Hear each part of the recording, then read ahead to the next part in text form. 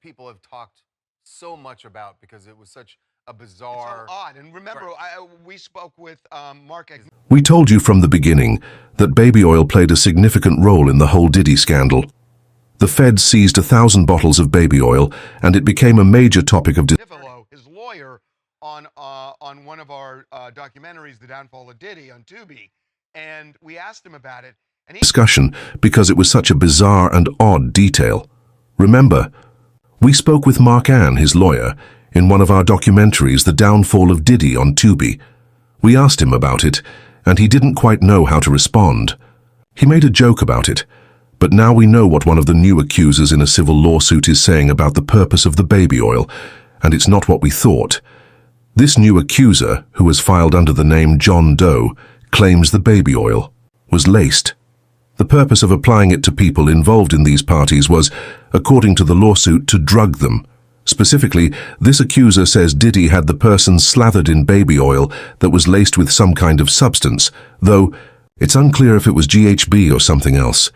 The idea was that the substance would render the person semi-conscious, making them more pliable to do whatever sexual acts Diddy directed, according to the lawsuit.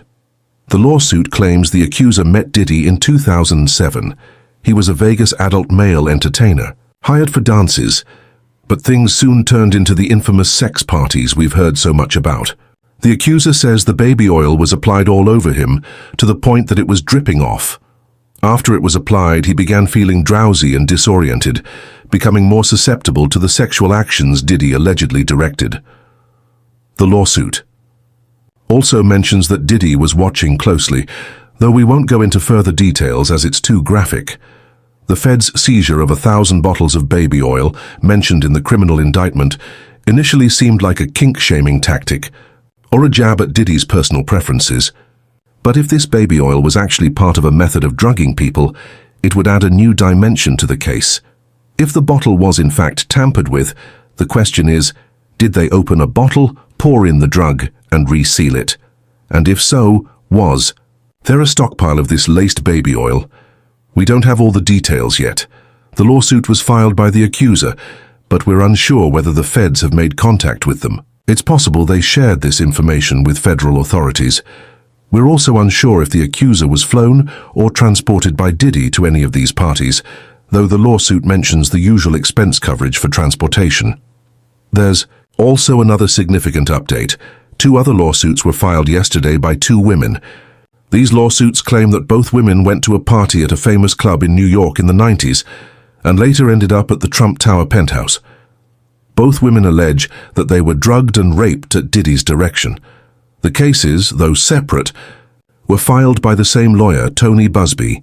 Each woman states that there was another woman present during the incident, confirming they were together. Diddy has responded to all these lawsuits with a standard denial. He states that he's unable to address them individually, but he denies any allegations of sexual assault, whether of adults, minors, women, or men. He repeats this after each new lawsuit is filed. It's also worth noting that the lawsuit, filed by the male accuser, was done by Lisa Bloom, not Tony Busby. However, the 2 women involved in the Trump Tower incident were represented by Busby.